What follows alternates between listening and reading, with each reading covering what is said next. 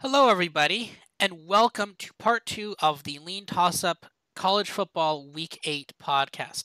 I am joined, as always, by my co host at Buckmetrics on Twitter, and we're going to talk in part two about our Darduzzi Awards of the Week, our deep dives, and our picks for Week 8. If you go back to part one, you can listen to our kind of recap of the week and kind of our thoughts about what happened, including that crazy game between Alabama and Tennessee.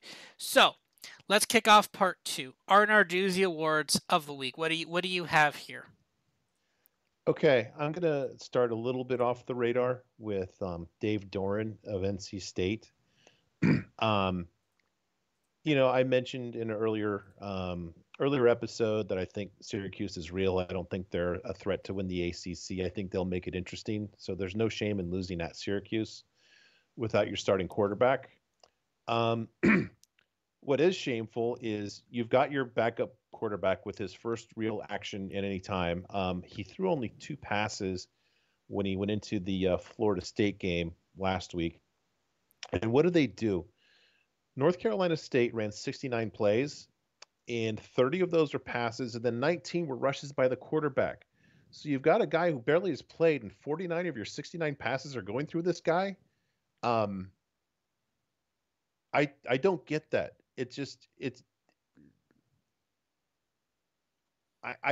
I'm stupefied. It's not even like I don't I can't even say it's being conservative. I'm trying not to lose because or trying not to lose by a lot. Um, I don't get it. I just don't get it. And maybe this kid's like an awesome runner, and I just am missing something. But what are you doing, Dave Doran? My gosh.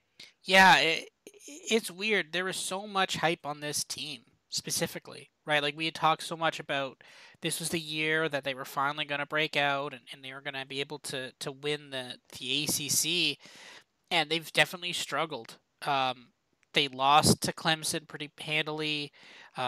They've not looked good in a lot of these other games, and again, like that now now they've lost Dennis Leary at least for a bit. Just yeah, a lot going through a backup quarterback. It's just not like you want to run the ball more. You don't want to have this backup quarterback throwing a lot, and um, Against yeah, a good defense on the road too. It just yeah, I don't and get it's it. it's so weird. This game was so weird because I think a lot of people, some people were picking NC State in this game, but like I saw the line and it was like Syracuse minus 3.5, and I looked at my model and like, yeah, this is actually exactly what I have, and it was kind of crazy just to see this like that can't be right. I thought for sure I was gonna be able to bet Syracuse plus money here. I'm like, nope, this is right, and I couldn't believe it at the time. I didn't touch it, but yeah, just a crazy turn of events where now we're talking about NC State as this like dominant team, and NC State is this like team that like is dropping a couple games here and probably out of contention in the ACC here. Yeah, definitely. All right, next. So I didn't I can't say I told you so because I didn't tell you so, but I saw this happening after Red River. Everybody is just saying Texas, man, the shine is back on. Oh my God, everything's fixed. And I'm just thinking, you guys don't know Sark, do you? Just watch. And my guy tried hard. He tried really hard. He's at home. His team with an awesome quarterback in Quinn Ewers and an awesome running back in Bijan Robinson. They got outgained in total and on a per play basis by an Iowa State team that is rebuilding and that turned it over twice. They barely escaped with a victory. I don't know if you saw that. I can't even say it was a dropped pass where Iowa State Yeah, really, oh my gosh. that could have won the game. Literally, yes. So I did not bet a side on this game. I my model had about, I think the line was 16 and a half. My model had about 16 and a half, so I'm like, I'm not touching this. I was like, I saw this, like I was like, I keep oscillating between Texas is actually good, Texas is not actually good. My model does the same, but like I didn't trust. I didn't trust them to cut. Like I'm like, this is the line I have. I'm not trusting them to cover this. The craziest thing was, in this game I actually did bet something. I bet Quinn Ewers over 2.5 passing touchdowns plus 130.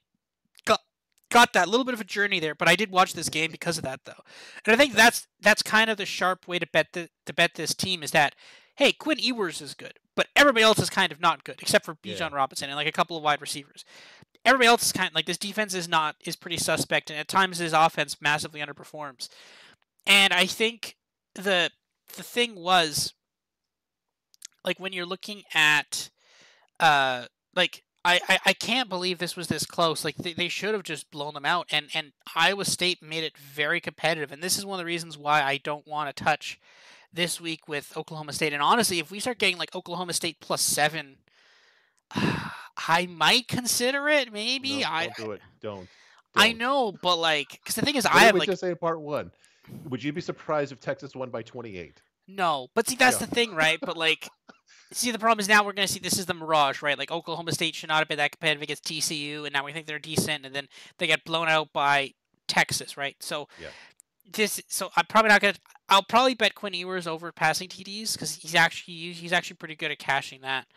But outside of that, though, like again, I think he's really being saved right now by this just like amazing quarterback in Quinn Ewers. And I have a lot of questions about what happens next year when you have Archie Manning. Is he the starter next year?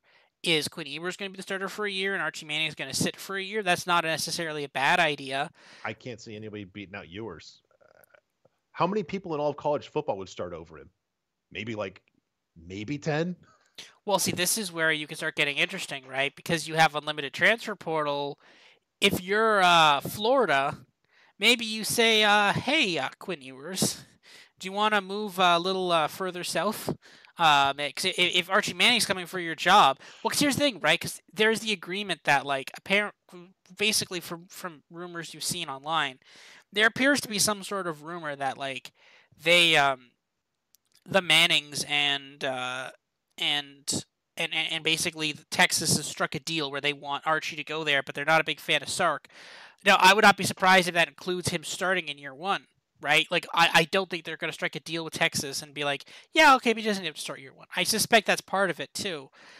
I would not be, like, it would be a little concerning to me if I'm Quinn Ewers and I'm playing this well, like, he might have to hit the transfer portal again, right? And that's the thing. So, it's going to be fascinating to see what happens with this team in just a little bit. And again, the story this year is not done for them yet. They still have a couple more weeks to go here, right? Like they've got Oklahoma State, they've got TCU, they've got Kansas again, the rematch of the century there in Kansas.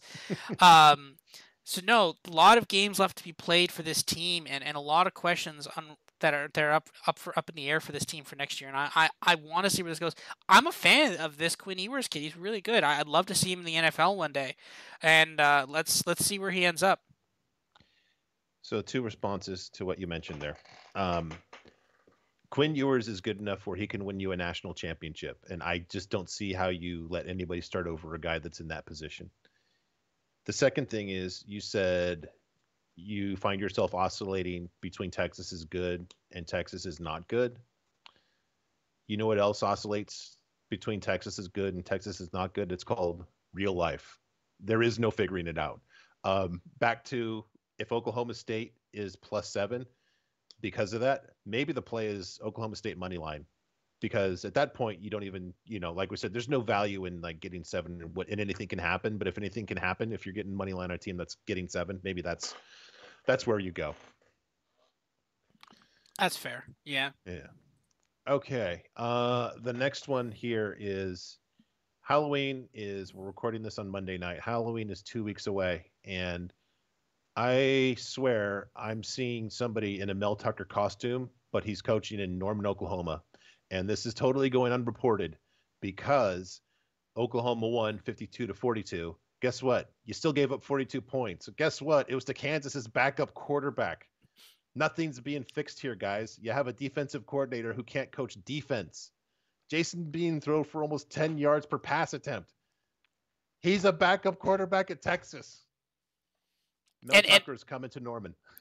This is the crazy thing about that is that, like, I remember Jason Bean last year. He was not particularly good. Like, no. The fact that you're making Jason Bean look like freaking like CJ Stroud is crazy. Like, this is the thing. Like, looks like this like insane pocket passer just hitting these wide receivers. Like, how is your defense this bad? Like, again, I think Kansas is still good. I think they were definitely competitive in that game. The final score doesn't isn't indicative of how competitive it was.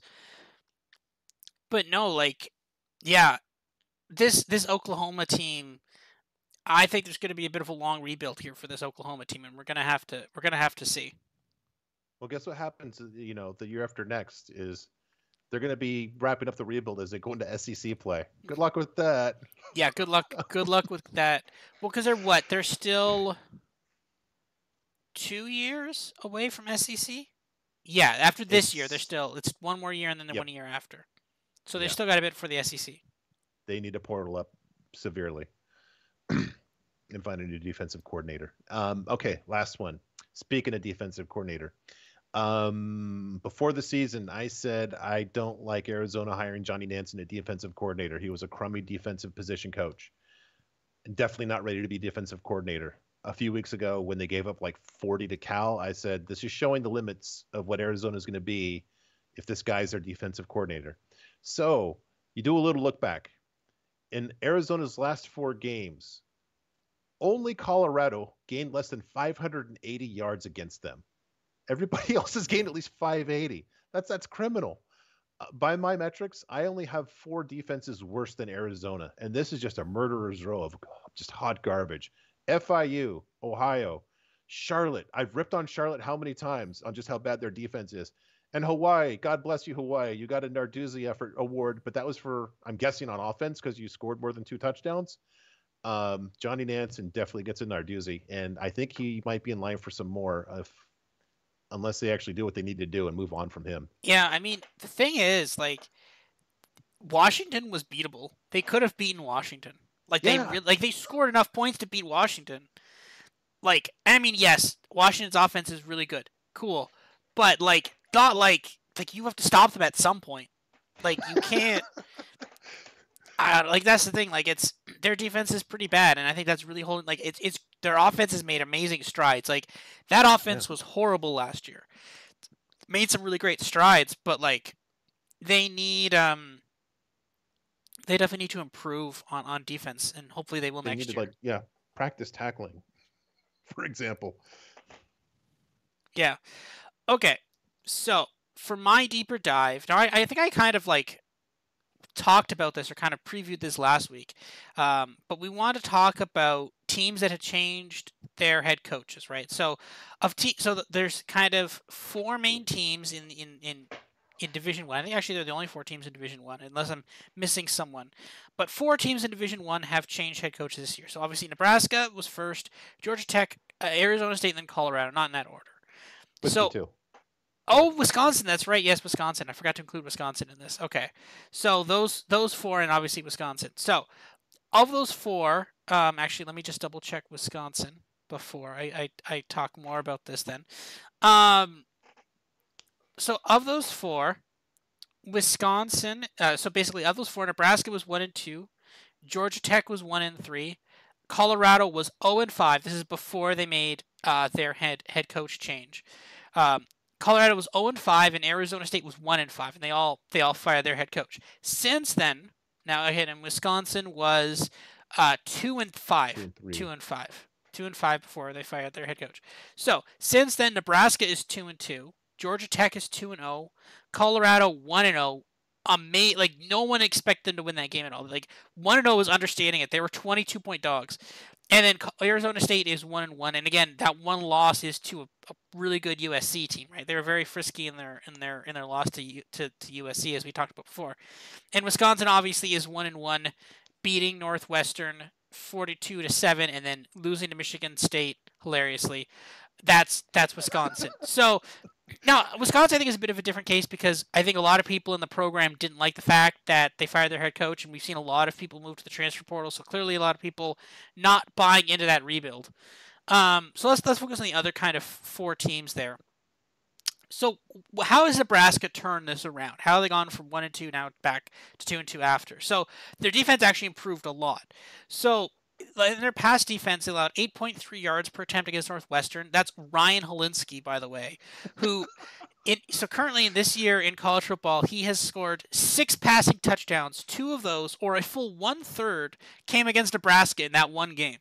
So in his 6 games, he scored 6, and a third of them came against Nebraska in that first game. 3.5 passing yards against 3.5 yards per attempt against North Dakota. That's their defense, and North Dakota is not. Again, it's not North Dakota State, the good North Dakota FBS team. It's the bad North Dakota FBS team. 7.3 against Georgia Southern. That's pretty high. And then after their new head coach, that was their loss against Georgia Southern.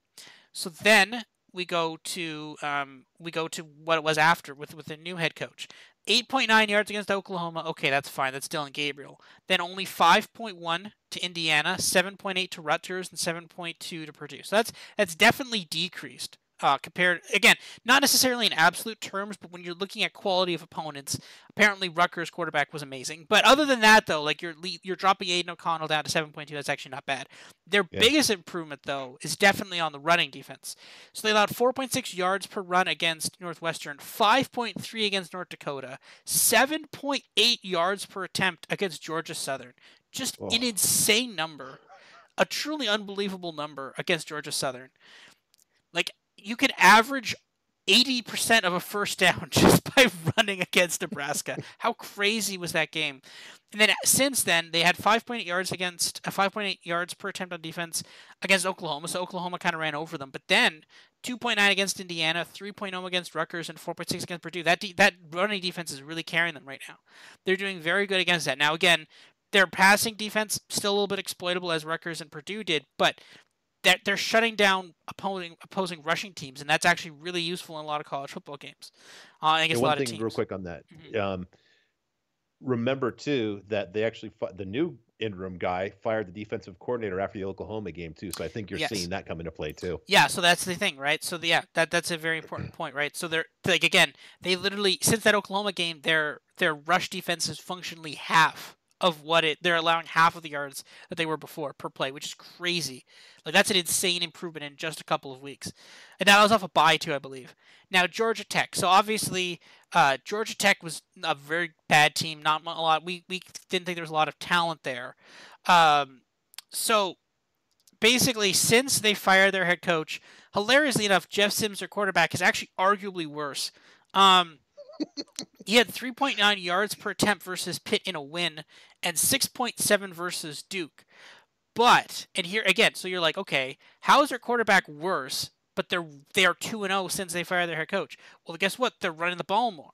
So they went 27 passes versus 44 runs versus Pittsburgh, 36-33 against Duke, so basically even. Against that. But before that, if you go back to the earlier part of the season, they had 36 passes, 30 runs against Clemson, 32 passes, 34 against Ole Miss, and then 32-31 versus UCF. So they're definitely becoming a lot more run-focused. And again, I think they've realized, whoever the head coach is right now in Georgia Tech, they've realized, okay,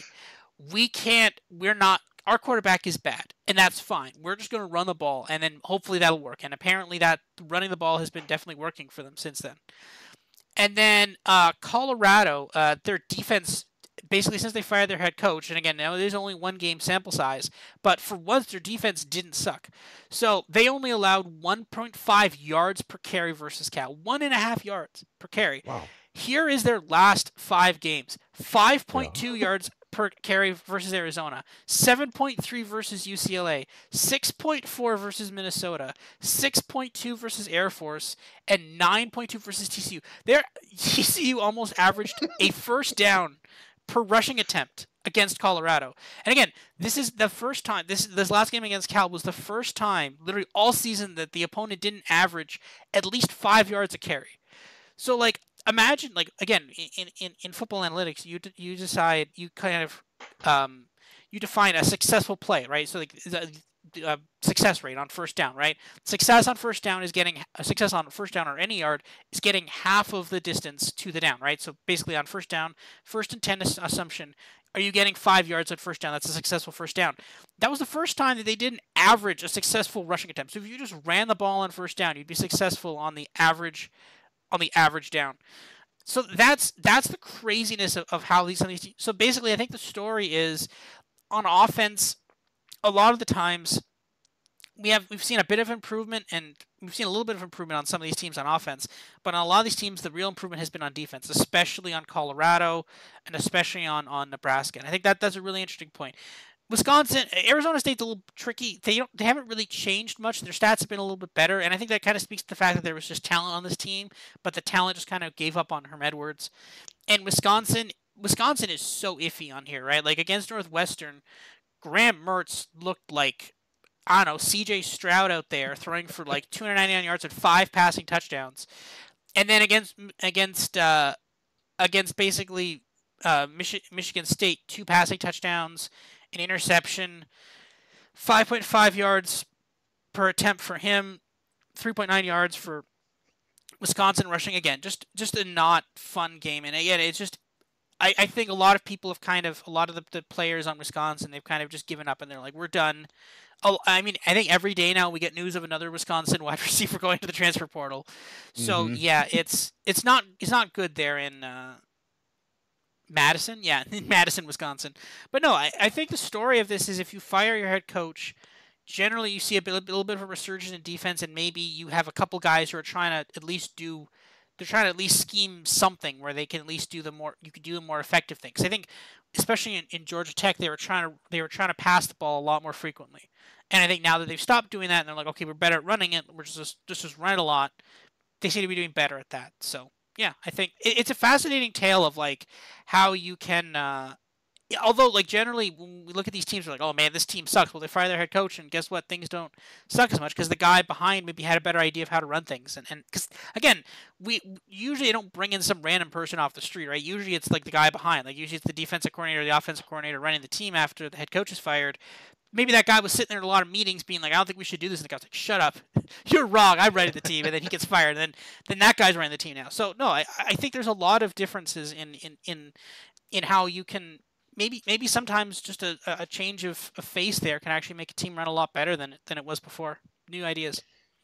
Yeah, that's interesting. I just was looking up as you were talking about Georgia Tech. The Brett Key who took over for them, he actually was their offensive line coach, which is really interesting when you go to more of a running game. So it's, he probably just had to be going nuts to see Jeff Sims just throw the ball all over the place except to open guys and just thinking we can run the ball. And they're running the ball even without a good quarterback, which says a lot. hmm I mean, Yeah. it's mind-boggling how bad Jeff Sims has actually been. Like, it's so funny when you look at the stats game by game. You're like, oh, he's arguably been worse since the head coaching change. But they're winning games now. Like they beat Pitt somehow, in what I assume is a miracle. But yeah, it's the turnaround for Georgia Tech has been amazing, and I'm actually excited to see them on Thursday night. I'm definitely not excited to see the Saints Cardinals game. I'm definitely more excited to see the Georgia Tech. Who would have thought that like coming into week 8 here, I'd be like, oh yeah, I don't want to watch the Saints Cardinals. I want to watch Virginia Georgia Tech. Let's go. Exactly. Okay. My deeper dive. Since I like to go kind of below a level below the headlines, I've just picked out some of the most consequential coaching decisions of, I guess, starting with the off season and this season that didn't make headlines, but I found them to be the most consequential. Kind of in order of importance, or not maybe precisely. So the first one I've got is Lane Kiffin when DJ Durkin, his defensive coordinator, left for Texas A&M. He made a really good hire in picking up Maurice Crum, who was at Western Kentucky and did a really good job there. Ole Miss kind of wins or loses, or is I guess is good or very very good depending on their offense. That's really where their focus is. Their defense in Kiffin's year one was just horrible, and Durkin in year two got him really settled down. And one of my concerns was with him leaving, are they going to take a big step back? And Crum has done a good job. He's basically kept them at the same defensive power rating in my metrics um, as last season. When I think they won 10 or 11 games and they finished in the top 10. Now with the new quarterback, they're actually 7-0. They're in first place alone in the SEC West. Um, I don't know how many other defensive coordinators really keep them in this spot. So really, really good hire by him. Um, Illinois, Brett Bielema, he hired Barry Lunny, who was the offensive coordinator at UTSA, brings him in to run the offense. In Illinois was kind of a cute story. I don't think they made a bowl game. Did they win 6 games or 5? I think they won like 5 games last season. I You know, I want to say they made a bowl game, but then they didn't play it. I think they had COVID or something. I think, but I could be yeah, wrong. I could be wrong. I don't think, they made big improvement, but they did not really, set the world on fire. And No, not their last year. defense No. was okay. Their offense was horrible. And this guy just is taken to the next level. Lunny actually, I think, worked with Bielema at some, I think maybe like he worked for him at Arkansas. He's improved their offense by 5.5 metric points, which is very, very significant. And that defense has just continued the trajectory that they started last season. So I think basically you're seeing this hire is keeping Illinois from being basically, what's the geography? An eastward version of Iowa, because that's basically what they were looking at last year. If they just didn't fix the offense, and they've completely fixed the offense. Yeah. So they actually were. They had 5 wins last year, so just shy of Yeah, bowl eligibility. which was a huge improvement over the prior year, though, too. Mhm. And I kind of thought that was going to be high tide for a while until they Yeah. really fixed things. No, and that's the thing, right? 5 wins already, and now 5 wins last year, 6 wins this year. And again, that's with a particular quarterback that's not particularly good, right? Like, and this is the thing, like this Illinois team is like actually not bad. Like they took out Wisconsin again. Who would have seen that coming? Um, they have uh, they have Nebraska next, Michigan State, Purdue, Michigan, and the Northwestern. There's a path for them to actually win the Big Ten West. Definitely. Oh And yeah, like definitely like they're I mean they need to go through Purdue, but like they could legitimately win the Big Ten West, and then we could be talking about a matchup with Ohio State. And yeah, just a crazy thought that something no one would have seen coming a long time ago, where we're now having to put like again, even week 2, right? We picked against them. We picked Indiana against them, and here they are now, right? They've gone undefeated since then. So yeah. Um, yeah, it's. I guess the other thing about Illinois is, to your point, Tommy DeVito was really kind of like the low point of of Syracuse recently too, and now he's, here he is.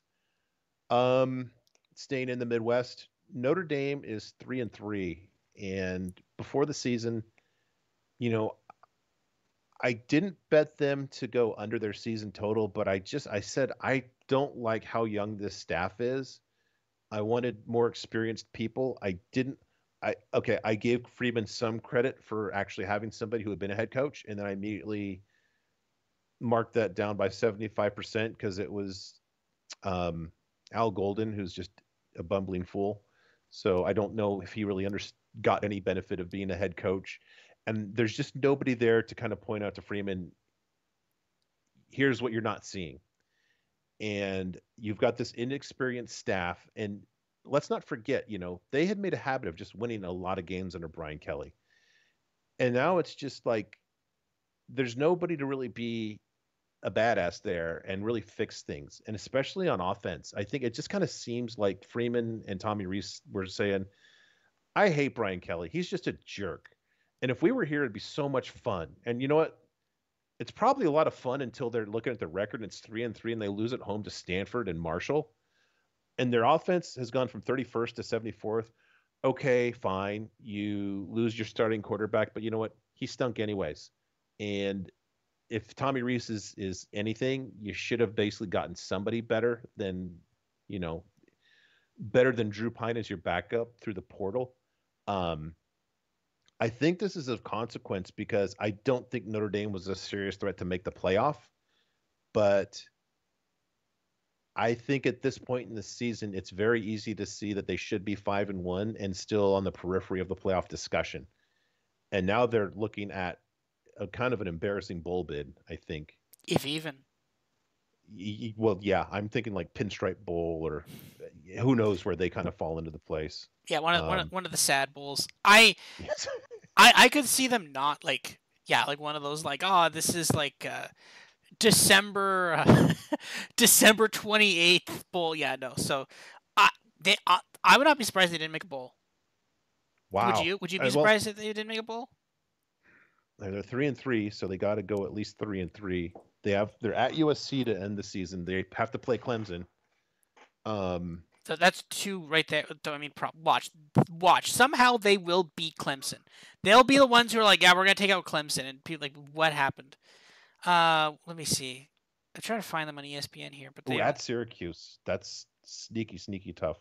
Yeah, like their schedule is not easy. I remember looking at it.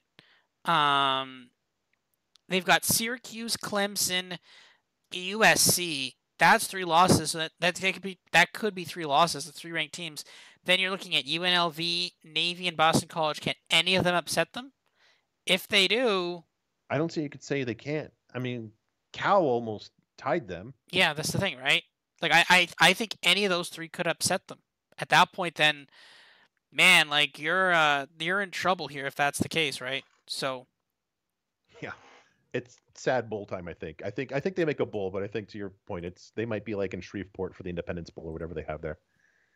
yeah, Okay, next one, Syracuse 6-0. They replaced who was it? That Gilbert kid with Robert Anai from Virginia as offensive coordinator. Their defense goes from 78th last year to 33rd. They're 6-0. Their defense continues to be pretty good. I think there's probably a little bit of charm in that 6-0 record, but if they did not have Robert Anai as their OC, I think at this point Dino Babers is going to get fired because that's really the only thing that's changed, and it's completely changed. Um, Clearly, they're leading their side of the conference now too. Um, so you're looking at a division leader, and in theory, leader in the conference too, because nobody has a better record than undefeated, and there's no way that they're even close to that if they don't make that change at OC. yeah. This Syracuse team has just been like a surprise, and remember, we said I was on Stats of War on Twitter. He said like, oh, like there was like this weird system where it's like, oh, either all these teams are good or like all these teams are bad, and like this, and I'm like, but if Syracuse is good, it just fix everything. It's like, no, that's impossible, and like Syracuse is 6-0 here. Like I'm gonna have to find that tweet. It's a hilarious tweet. He probably regrets saying, he probably regrets saying like LOL no or whatever. It was like either LOL no or like impossible or something. He probably regrets saying that now. But like this is the thing, and I mean again, Syracuse is 13.5 point underdogs against Clemson, but like I mean it would be really funny if Clemson actually did lose to Syracuse. I mean Garrett Schrader's looked amazing. This Yeah. team has looked really solid. I actually grabbed an early look ahead Syracuse plus 14.5. I grabbed a money line Syracuse. Maybe I'm not sure if I'll re up again, but like this Syracuse team is not bad, and this Clemson team is definitely suspect. And I don't know, like if Syracuse upsets Clemson, it fixes some things. Like Tennessee's rooting for Syracuse probably this week, I Yeah. guess. Well, no, but then I guess if Syracuse beats Clemson, then just Syracuse just becomes Clemson then, right? Theoretically, right? Would they not just be like because undefeated Syracuse is just as bad as undefeated Clemson, right? Well, they'd have to play. They're both in the ACC, so they would meet at some point. Again, They both and play they Notre Dame too. yeah, there you Interesting. go. Yeah. All right, next one. This is a complete 180 because I had Andy Avalos in a really nice table in Club Hot Seat. If you listen to part one, Yes. and he was shown the door the last 2 weeks, and that was when he fired his offensive coordinator after that embarrassing loss at UTEP. And in just 2 weeks, Dirk Cutter, former Boise head coach, now temporary OC, has improved their offensive rating by over 7 points in just 2 games in my model, which is significant.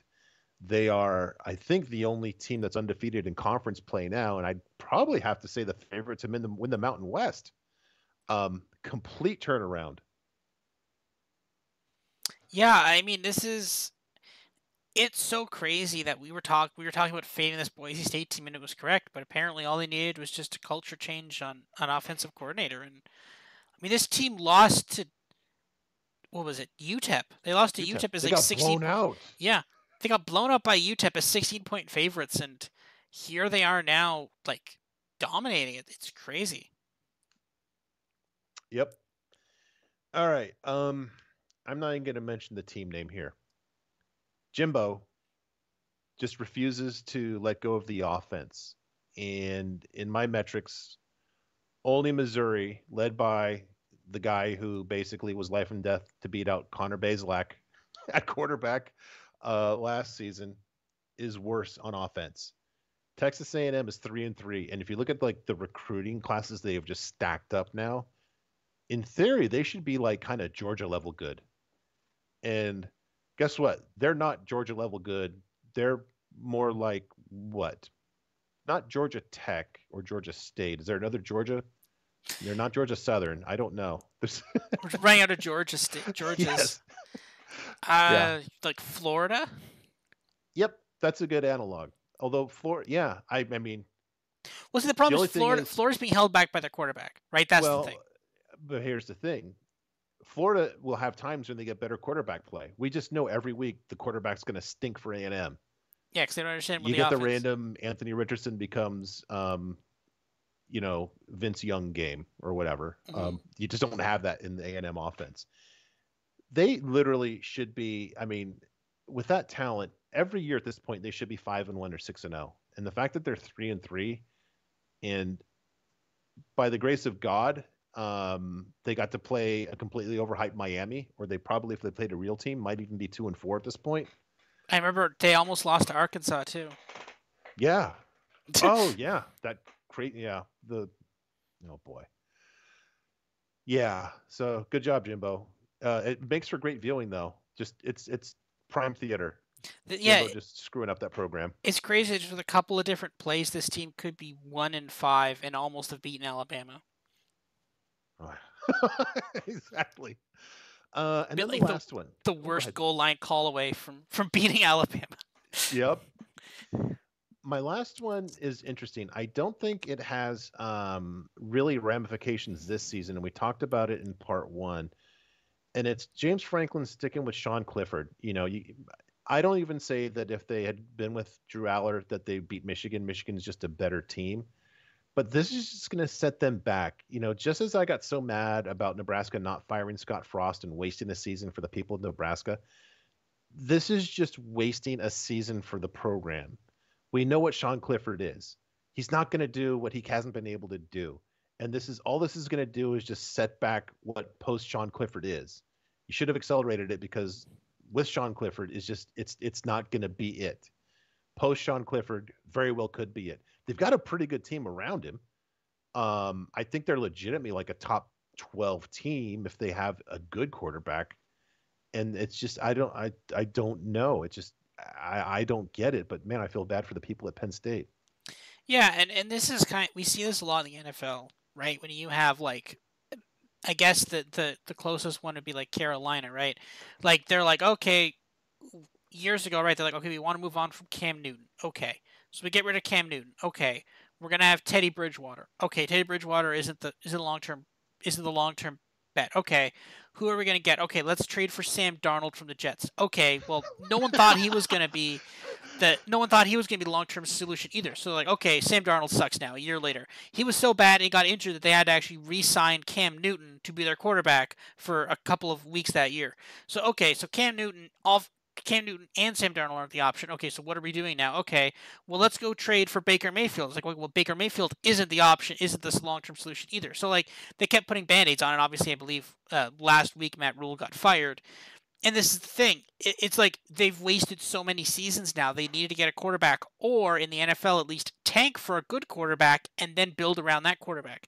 Here in college football, you don't need to tank, right? Penn State can be 10-2, or they can be actually 12-0, and then they can have another 5-star quarterback next season, right? They don't have to tank. You can just be like, hey, we got a guy. This guy is good, right? That's our guy, right? You don't even need to like. The whole tanking part is that's an NFL thing, right?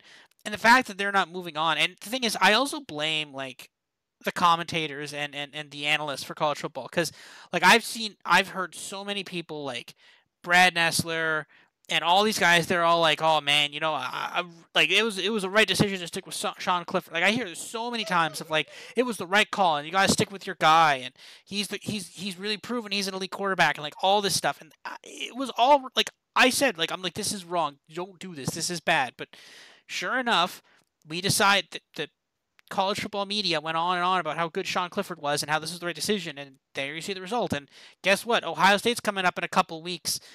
God, that's going to be pretty grim. And then, I mean, at that point, then you're kind of locked out of you're definitely locked out of the conference championship game. You're maybe getting a decent bowl. You're probably gonna end up in like the Outback Bowl or something. But like that's the thing, right? Like this is a lost season, and they really should have moved on from Sean Clifford earlier. But You bring up a good point too about, or maybe you just shook loose kind of a thought in my brain. Franklin is a good recruiter. Um, I think that the more you get Aller out there, the more it's going to be an easier thing to recruit to building around this guy. I think the fact that he's not playing ahead of Clifford would make some recruits think, how good is this kid? Because Clifford stinks. How is this guy not on the field already? Why do I want to play with him when I can go to Ohio State and play for one of, four awesome quarterbacks, or USC who's got, a 5-star and then another 5-star that's going to be coming in?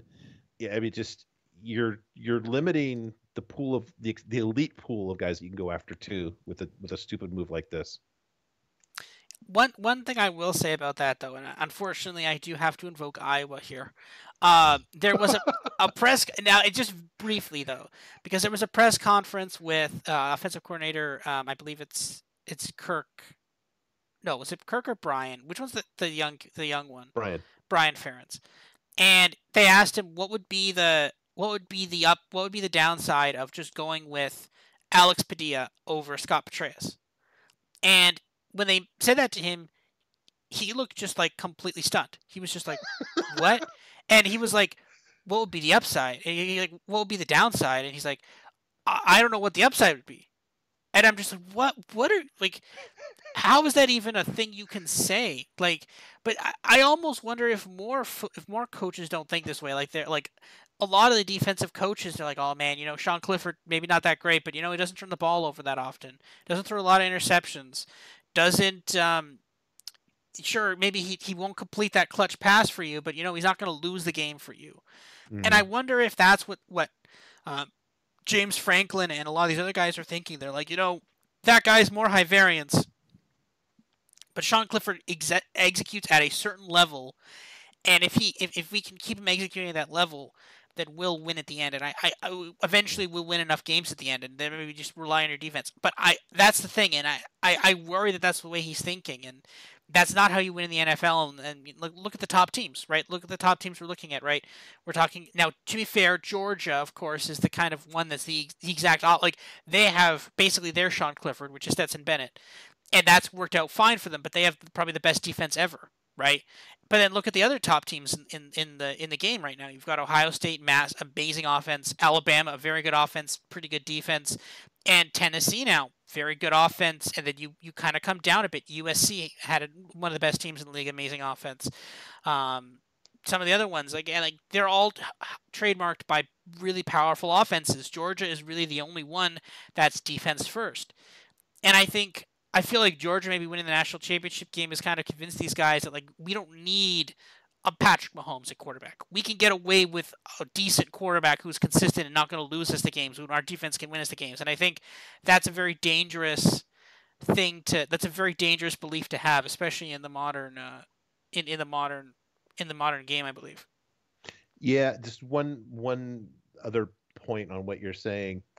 I think that Stetson Bennett might kind of appear to have the same skill set as Clifford, but he produces at a much higher level consistently.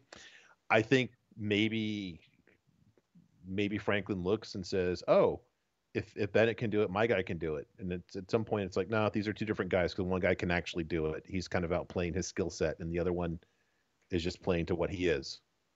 Hmm. Yeah, exactly. Yeah. Okay. You want to do official podcast plays? Yeah. So our official podcast play. So unfortunately, they went 3-6 last week. That was, I think, our first losing week on them.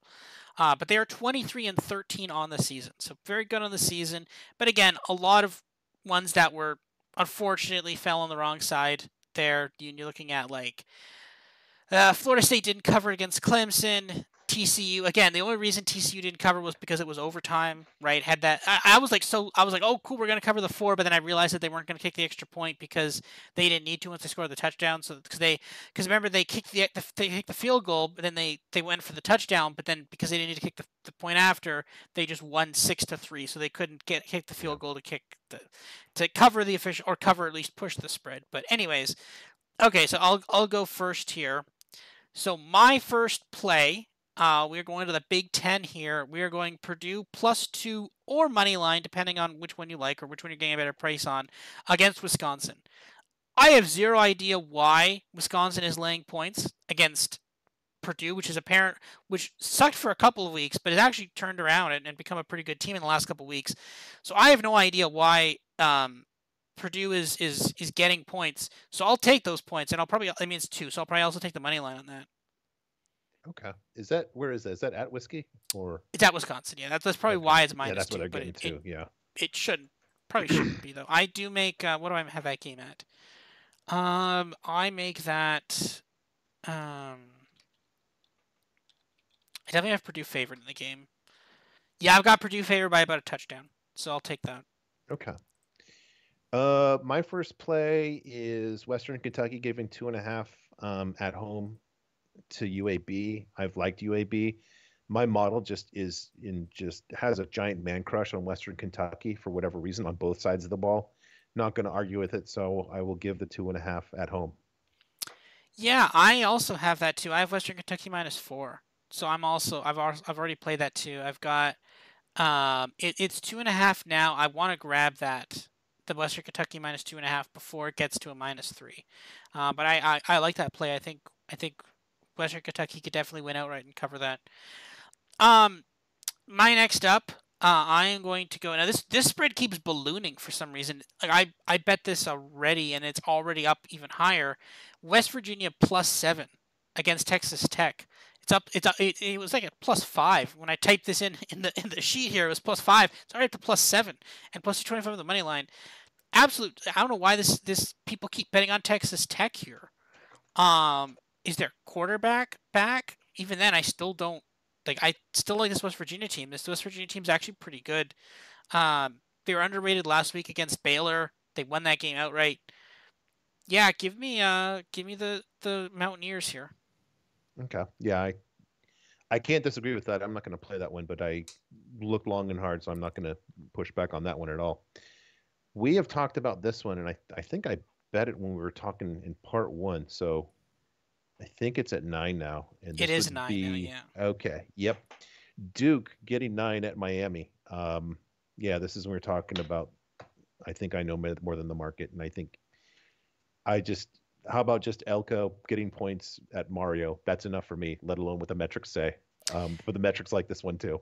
Yeah, I was so on Sundays, about midway through the day, maybe kind of late afternoon, I open up my sports book, see who's got the college football lines, scroll down, I actually bet this at 8. It's gone up to 9. Maybe see if I want to double dip again, but I saw Duke +8, and I'm like, no way in hell is Miami covering this, and I'm just immediately bet on Duke.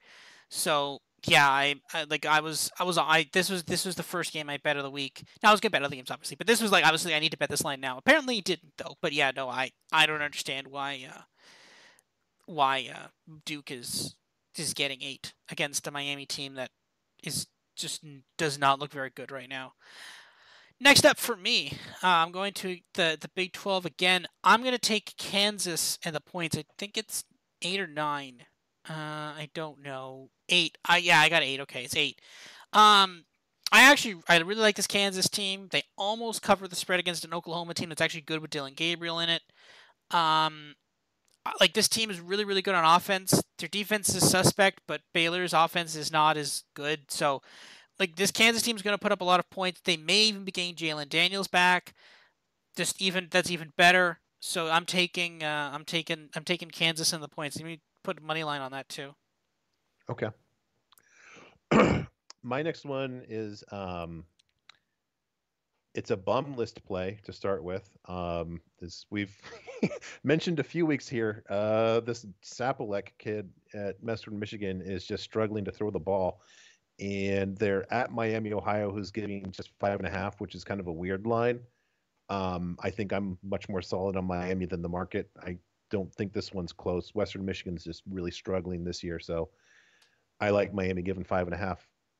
Yeah, so this is now I think just every week we're just continually fading Western Michigan, right? Because we did last week with Ohio, And again, we're just slowly getting bigger lines. Like eventually, in 3 weeks, it's going to be like Western Michigan plus 14, and we're going to be like, yeah, pound Bowling Green there. No, I don't know who they play, but no, like it's yeah, I'm liking Faye's Western Michigan team. That was a pretty easy read last week. I really do like that. I actually don't like this Miami. I don't mind this Miami of Ohio team. They're actually pretty half decent.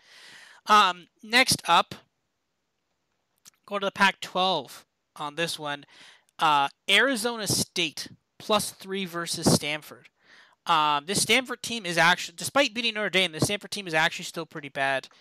Don't know why they are laying 3 at all. That makes zero sense to me. Like again, I think if Stanford loses to Notre Dame, are they laying 3 against Arizona State? Say that again. If Stanford doesn't beat Notre Dame, are they laying 3 Oh, against Arizona State? no way. See, that's the thing, right? Yeah. And like Yeah. we're not high on Notre Dame, so I think this is why. Like I literally think if Stanford was getting points, everybody would be on Stanford. It's like, well, Stanford just beat Notre Dame, right? So they had to make it -3. I feel like the Yeah. books had to do this. It's kind of like a primetime shine where there's like on a big TV game and they won. Credit to them, but yeah, it's not like they went, and won at Tuscaloosa. No, exactly. Okay, yeah, that's a good call. I don't wonder. I'm kind of wondering why my model doesn't like this one more. I think I have this as like a pick. Because it's weird. Our models both really liked Arizona State for a while, and they kind of regressed. They're still okay.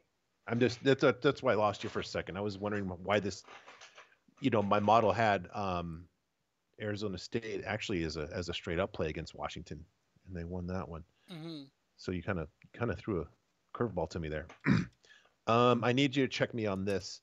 If the line is still the same, staying in the Pac-12, UCLA getting 6 at Oregon. Is that the case? I believe last time I saw it was 6. Yeah, I think it's either 6 or 6.5. Okay, yeah, my guy has it at 6, so I'll just I got take 6. that. Yeah, it's this one is this is a difficult one for me. I have this game as basically even, so I would be on the +6, but like you do kind of worry this is going to be similar to the USC Utah game, where it's touchdown. To be fair, that wasn't decided. It was decided by 1 point, right? But like I feel like this is either going to be decided by 7 or like 3, and like if you just land on the bad side of a 7, then you're done, right? And I think that's a concern here. I think. Mm-hmm. Yeah, understood. The one thing is, I think I mentioned like 3 weeks ago, if not, then definitely 2, that I had UCLA as the top team in the Pac-12. So it's not like they've had one crazy game that's shot their power ratings up.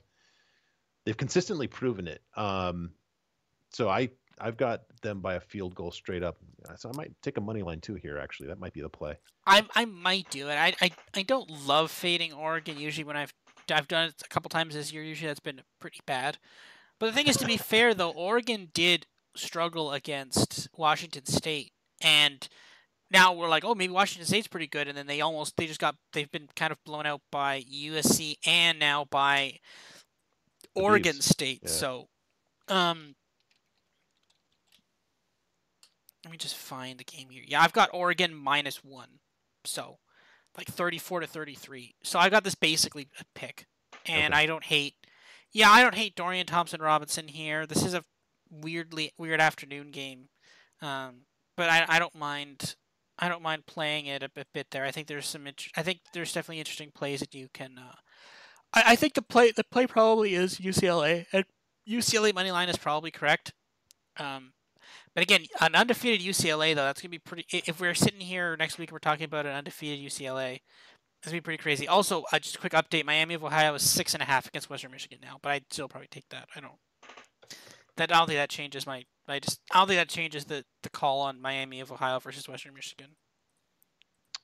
Yep, I agree. Well, I got it. I think just in the course of this conversation, I got it at 5.5. So it could be 5.5 in other books too. Your mileage may vary, as they say, right? Yes. Okay, you got any more? Maine up to a week early. Oh. 1 second. Let me just see. I don't have any more. I think I hit everything. Yeah. Yeah, I think those are pretty much all the ones that I want. We have the combined ones too, so. Yeah, and just if people want what my model plays are, I will tweet them out this week. Last week was kind of rough, like I said, 2 and 4 against the number.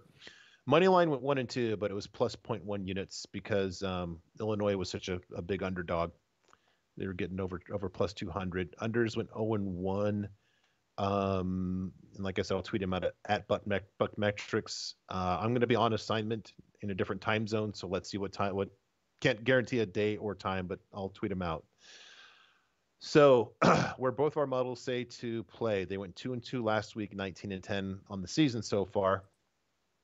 Maryland or Miami, excuse me, Miami giving 8. We talked about this one. I've got Duke about a field goal better. You have Duke 2 touchdowns better than Miami. I like it. I mean, it could happen. I could see that happening. Yeah, but would you be surprised if Duke won by 2 touchdowns? No. I wouldn't. Yeah, they kind of struggled the last 2 weeks there with Duke. Well, I mean, not struggled. I think they covered the spread. No, they didn't cover against Georgia Tech, but they covered against North Carolina. So yeah, I like it. I'm not taking Miami here. I'm obviously taking Duke, but yeah, I think they definitely could win that. Yeah. Yep. Maryland giving 13 to Northwestern. I've got this as a 21-point game. You have this as a 28-point game. I like this. And I think that line's just straight up short. Yeah, this is a bit. I'm actually a bit iffy on this one specifically, because I think there's injury concern for Maryland's quarterback. Oh, that's right. Yeah, so it's a little iffy, but the thing of it is their backup might not be that bad. Maryland has really underperformed the last couple of weeks, and I'm a little iffy on that. But what's the cure for underperformance is playing Northwestern at home. This is the thing, right? There's like flashbacks to flashbacks there to Maryland just crushing, or no, Wisconsin crushing Northwestern, right? So that might be the play. I kind of think that's actually the play. So we'll have to see. But yeah, it's a bit iffy. I don't hate it, but I would like to know a little bit more about the team first before we do that, though. But yeah. Very fair. South Carolina getting 3.5 at home against the again maligned Jimbo Fisher and his Texas A&M Aggies. This is weird. But sorry, what do you have it at? I've got it as South Carolina by 5. You have South Carolina by 10. Yeah, I'm so iffy on it. Like, we've said to fade Jimbo before and gotten burned by it. Like, if this spread was more than 3.5, I'd jump right in. But it is it's hard. Like, if it's like, if this was over 700%, but it is only a 3.5, I probably will play it. But it is a bit short though. I do worry it's a little short though. Yeah. But. All right, this next one we talked about in part 1, I think, a little bit. Notre Dame is giving 24.5, although I think that's come down a little bit since, right? Little bit, yeah. Yeah, so I have this as... Actually, I have basically UNLV as... No. Sorry, I have Notre Dame a touchdown better. You've got this even. Yeah. I believe that's with... Who's UNLV's backup quarterback? Cameron Friel, I think is his name. 1 second. Yeah, I have Cameron Friel in there. That's with Cameron Friel. Wow. At least I model believes that's with Cameron Friel. So. Okay. So I'm a little less sold on UNLV without Brumfield than you are. To be fair, though, I do worry a bit, though, because my model did like UNLV last week against Air Force, and they just got absolutely demolished. So, yeah, a little concerned about that. But still, though, I think 24 is enough. This is a 2:30. A lot of games at 2 this week. Half of them are like at noon, and then a bunch of them are like 2:30. That's a weird time. But yeah, I could definitely see UNLV. UNLV could definitely cover this. Can they win? Iffy, but I think they could. I don't think they could. The next one you actually have, this is one of your picks. West Virginia getting 5 or 5.5 at Texas Tech. You've got this Texas Tech 12 better. I've got this Or sorry, No, you've got West West Virginia Virginia. 12 better. I've got West Virginia 2 better. So more than a touchdown swing in both of those cases. And this is now 7.